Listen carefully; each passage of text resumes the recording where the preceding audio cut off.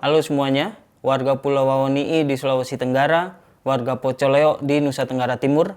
Hari ini saya, Ki Bagus Hadi Kusuma dari Auriga Nusantara, akan menyampaikan materi tentang transisi energi di Indonesia, kontradiksi kebijakan, dan penumbalan ruang hidup warga yang selama ini terjadi di kampung-kampung, di wilayah-wilayah yang penting bagi masyarakat.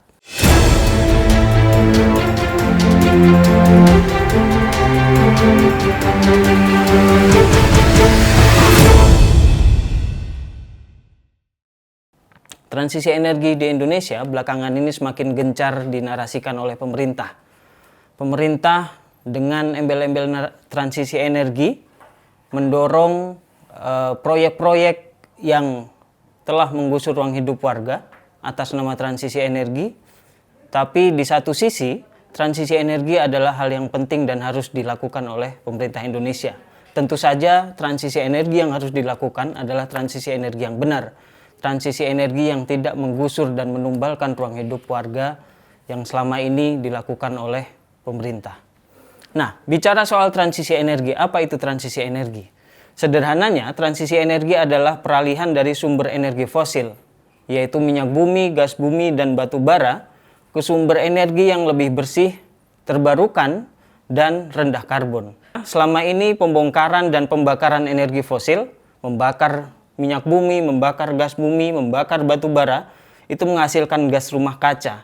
Gas-gas yang dihasilkan oleh pembakaran energi fosil ini antara lain karbon dioksida, sulfur dioksida, nitrogen monoksida, nitrogen dioksida, gas metana, CFC, dan lain-lain yang bisa memicu pemanasan global dan krisis iklim. Mengapa transisi energi dinilai penting dan mendesak?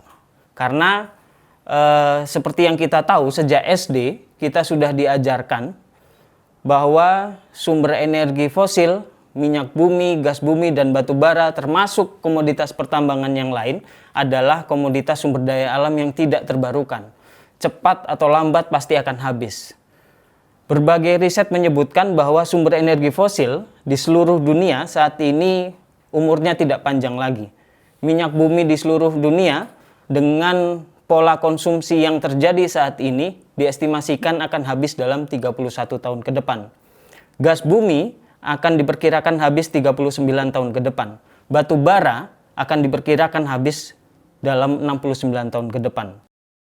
Eksploitasi dan pembakaran energi fosil yang sudah saya sebutkan tadi, itu setiap tahunnya, terakhir pada 2023 lalu, tercatat 40,9 miliar ton gas karbon dioksida yang dihasilkan oleh aktivitas manusia. Pada konferensi perubahan iklim yang dilakukan oleh PBB pada putaran ke-21 di tahun 2015 di Paris, seluruh pihak dari negara-negara, investor, kemudian termasuk di dalamnya perusahaan tambang, telah menyepakati untuk menjaga kenaikan suhu bumi tidak lebih dari 2%. Salah satu upaya yang disepakati dalam COP21 di Paris adalah mendorong transisi energi yang berkeadilan. Indonesia sendiri dalam rangka menjalankan perjanjian Paris telah meratifikasi perjanjian Paris dan menetapkannya menjadi Undang-Undang Nomor 16 Tahun 2016.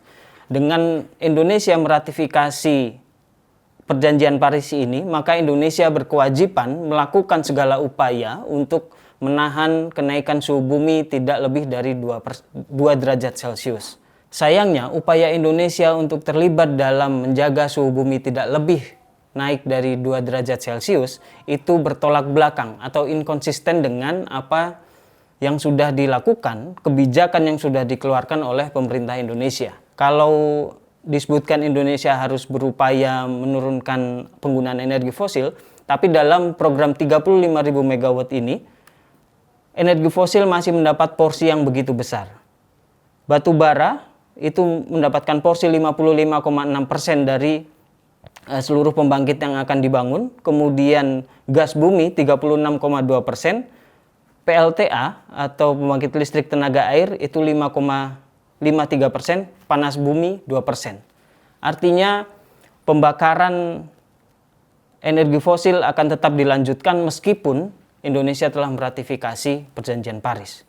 Kemudian yang kedua, pemerintah Indonesia telah mengeluarkan peraturan Presiden nomor 112 tahun 2022. Nama perpresnya sangat menarik, percepatan pengembangan energi terbarukan. Tapi kalau kita telaah lebih dalam, banyak pasal-pasal di dalamnya yang masih mengamini, masih membiarkan PLTU batubara baru tetap dibangun. Dalam catatan kami setidaknya ada 13 gigawatt pembangkit listrik tenaga batubara yang akan dibangun setelah Perpres 112 ini diterbitkan.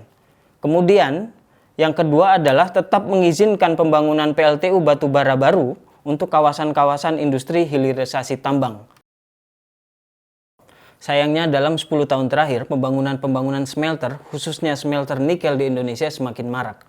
Tercatat dalam 10 tahun terakhir setidaknya ada penambahan lebih dari 20 smelter nikel baru yang itu meningkatkan pembangunan PLTU batubara baru di kawasan-kawasan industri. Artinya komitmen pemerintah Indonesia untuk terlibat aktif dalam menjaga iklim di seluruh dunia masih patut dipertanyakan karena masih mengizinkan dan mendorong terbangunnya PLTU baru khususnya untuk kawasan-kawasan smelter nikel. Yang ketiga adalah kebijakan yang selama ini dikaitkan dengan energi bersih dan energi terbarukan, yaitu kebijakan di sektor energi panas bumi. Sejak pemerintah Indonesia merevisi Undang-Undang tentang Panas Bumi yang saat ini menjadi Undang-Undang 21 tahun 2014, industri panas bumi untuk pembangkitan tenaga listrik bukan lagi menjadi bagian dari industri pertambangan. Artinya, konsekuensinya adalah industri panas bumi atau pembangkit listrik tenaga panas bumi ini bisa masuk dan beroperasi di kawasan-kawasan lindung dan kawasan konservasi yang sebelumnya industri tambang terlarang untuk masuk di kawasan lindung dan kawasan konservasi. Bicara soal transisi energi, kita tidak bisa melepaskan dari krisis iklim yang terjadi selama ini. Kalau kita bicara soal krisis iklim, wilayah yang menjadi korban pertama, wilayah yang paling rawan terancam karena adanya krisis iklim adalah kawasan pesisir dan pulau-pulau kecil. Indonesia sebagai negara kepulauan terbesar di dunia yang saat ini tercatat memiliki 17.000 lebih pulau dan memiliki 95.000 lebih kilometer garis pantai, diperkirakan akan ada 2.000 pulau kecil di Indonesia yang tenggelam pada 2050 akibat perubahan iklim dan kenaikan muka air laut. Dalam catatan BPS, Badan Pusat Statistik pada 2020 lalu, setidaknya 60% masyarakat Indonesia itu tinggal di kawasan pesisir. 42 juta diantaranya itu tinggal di kawasan yang tidak lebih dari 10 meter di atas permukaan air laut. Artinya mereka tinggal di kawasan yang terpapar langsung oleh ekosistem pesisir. Nah, sayangnya pemerintah Indonesia walaupun sudah memiliki undang-undang pengelolaan kawasan pesisir dan pulau-pulau kecil, yaitu Undang-Undang 27 tahun 2007 yang kemudian dirubah menjadi Undang-Undang 1 tahun 2014, sudah memiliki ketentuan yang sangat ketat. Pada pasal 23 ayat 2 menyebutkan bahwa prioritas pemanfaatan kawasan pesisir dan pulau-pulau kecil bukan untuk tambang. Selanjutnya di pasal 35 huruf K menegaskan bahwa pelarangan penambangan mineral di kawasan pesisir dan pulau-pulau kecil yang menimbulkan kerusakan dan pencemaran lingkungan serta merugikan masyarakat sekitar. Meskipun ada regulasi yang sudah menegaskan dua hal tersebut, tapi dalam prakteknya hingga 2024 kemarin tercatat ada 34 pulau kecil di seluruh Indonesia yang dikapling oleh 218 perusahaan tambang. Beberapa pulau kecil yang saat ini telah ditambang oleh perusahaan pertambangan, baik itu nikel, batu bara, dan komoditas lainnya, tersebar khususnya di kawasan timur Indonesia. Selain inkonsistensi kebijakan yang dilakukan oleh pemerintah saat ini juga mendorong solusi-solusi palsu atas nama transisi energi. Yang kalau kita telaah lebih dalam, solusi-solusi palsu ini tidak lepas dari upaya untuk melanggengkan bisnis pertambangan dan perampasan ruang hidup warga oleh industri pertambangan. Industri nikel belakangan ini lekat dikaitkan dengan narasi transisi energi, dikaitkan dengan kendaraan listrik berbasis baterai. Kendaraan listrik berbasis baterai seringkali disodorkan sebagai solusi untuk mengatasi pencemaran lingkungan dan krisis iklim. Tapi faktanya, produksi baterai untuk kendaraan listrik telah mendorong ekspansi industri nikel besar-besaran termasuk di Indonesia. Dalam 10 tahun terakhir, produksi nikel Indonesia melonjak 9 kali lipat dari 200.000 ton pada tahun 2015 meningkat sampai 1,8 juta ton pada 2023. Banyak kawasan-kawasan yang seharusnya dilindungi oleh pemerintah, dilindungi oleh negara, tapi tetap diperbolehkan untuk ditambang. Mulai dari pemukiman, kebun warga, kawasan pesisir dan pulau kecil yang regulasinya sudah jelas melarang untuk kawasan pertambangan, kemudian wilayah masyarakat adat hingga kawasan hutan alam, semuanya tidak luput dari ekspansi industri nikel. Dalam catatan Auriga Nusantara, industri nikel di Indonesia dalam 2 dekade terakhir telah menghilangkan lebih dari 200.000 hektar hutan alam sejak tahun 2000 hingga tahun 2024. Terbanyak 51% deforestasi oleh industri nikel terjadi di era pemerintahan Presiden Joko Widodo.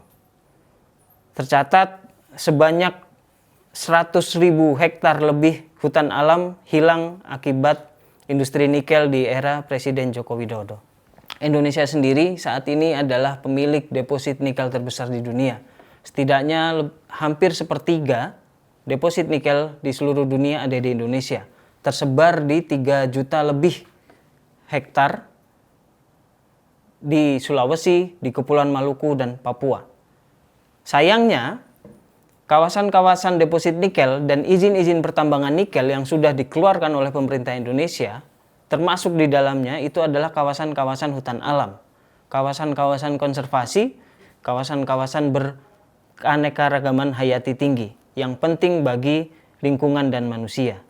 Sehingga kalau memang pemerintah Indonesia berkomitmen untuk melindungi iklim, berkomitmen untuk menekan laju perubahan iklim, seharusnya pemerintah Indonesia menetapkan peraturan yang tegas agar membatasi industri nikel untuk tidak masuk dalam kawasan-kawasan penting, termasuk di dalamnya hutan alam, kawasan konservasi, dan kawasan yang penting untuk habitat satwa khususnya yang terancam punah. Indonesia sendiri memiliki potensi panas bumi yang begitu besar. Tercatat setidaknya 23 gigawatt potensi panas bumi Indonesia yang tersebar di 331 titik. Saat ini pemerintah Indonesia telah menetapkan 64 wilayah kerja panas bumi dengan luasan wilayah kerja panas bumi seluas 3,9 juta hektar. Tercatat setidaknya hingga saat ini sudah ada 17 pembangkit listrik tenaga panas bumi yang beroperasi dengan total kapasitas 2.286 MW. Berikut adalah sebaran titik-titik panas bumi di Indonesia yang sudah ditetapkan sebagai wilayah kerja panas bumi oleh Kementerian ESDM yang mencakup setidaknya 3,9 juta hektar. 3,9 juta hektar kawasan hutan, sumber-sumber air, dan ruang hidup warga yang akan terancam oleh industri panas bumi ini ke depan. Bicara terkait ekstraksi panas bumi, walaupun seringkali diklaim rendah karbon, tapi tidak lepas dari berbagai permasalahan. Setidaknya ada 6 bahaya yang bisa dipetakan dari praktek ekstraksi panas bumi untuk pembangkitan tenaga listrik. Mungkin kawan-kawan di Pocoleok, di Ulumbu, di Mataloko familiar dengan apa yang terjadi akibat tingkat keasaman udara yang sangat tinggi. Bagaimana atap-atap seng yang awalnya bisa bertahan sampai bertahun-tahun, sekarang hanya dalam waktu 1-2 tahun harus ganti atap seng karena semakin cepat keropos dan berkarat. Berkali-kali terjadi kebocoran gas, tapi tidak pernah ada sanksi yang tegas terhadap perusahaan. Dan industri yang sama dipaksakan untuk beroperasi di wilayah-wilayah lain di Indonesia. Salah satunya di Flores, di Waisano, Mataloko, dan Pocoleok. Jika dalam praktek menjalankan transisi energi, pemerintah Indonesia masih mengedepankan solusi-solusi palsu seperti kendaraan listrik yang mendorong ekspansi industri nikel, kemudian pembangkit listrik tenaga panas bumi atau geotermal yang telah memakan banyak korban dan mendapat penolakan di banyak titik. Artinya, apakah yang salah adalah transisi energinya atau yang salah praktek dari pemerintah Indonesianya? Kami di Koalisi Bersihkan Indonesia, termasuk Auriga Nusantara di dalamnya, telah menetapkan prinsip transisi energi yang berkeadilan. Bagaimana transisi energi yang berkeadilan ini harus dijalankan? Yang pertama adalah prinsip akuntabel, transparan, dan partisipatif. Artinya segala informasi termasuk resiko dampak yang akan diterima oleh warga ketika proyeknya berlangsung, itu juga harus disampaikan secara utuh ke masyarakat. Nah, prinsip yang kedua adalah penghormatan, pemenuhan, dan perlindungan hak asasi manusia. Ini sudah dijelaskan dalam materi sebelumnya, bagaimana seharusnya negara menghormati dan melindungi hak asasi warga negaranya. Dalam prakteknya yang terjadi saat ini, hak-hak masyarakat, terutama masyarakat adat, terutama masyarakat di lingkar tambang, seringkali diabaikan untuk kepentingan investasi. Yang ketiga adalah prinsip keadilan ekologis. Artinya, pemerintah, warga negara, investor, bahkan lingkungan termasuk satwa di dalamnya memiliki hak terhadap lingkungan yang baik dan berkeadilan. Yang keempat adalah prinsip keadilan ekonomi. Termasuk di dalamnya adalah bagaimana energi yang dihasilkan oleh proyek-proyek transisi energi ini bisa terjangkau oleh masyarakat.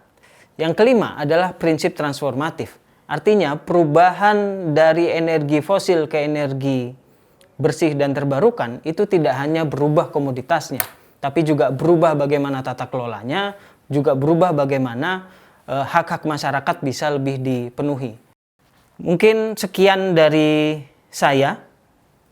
Kalau ada pertanyaan ataupun hal yang perlu diperjelas, kita bisa lanjutkan di diskusi-diskusi selanjutnya. Terima kasih.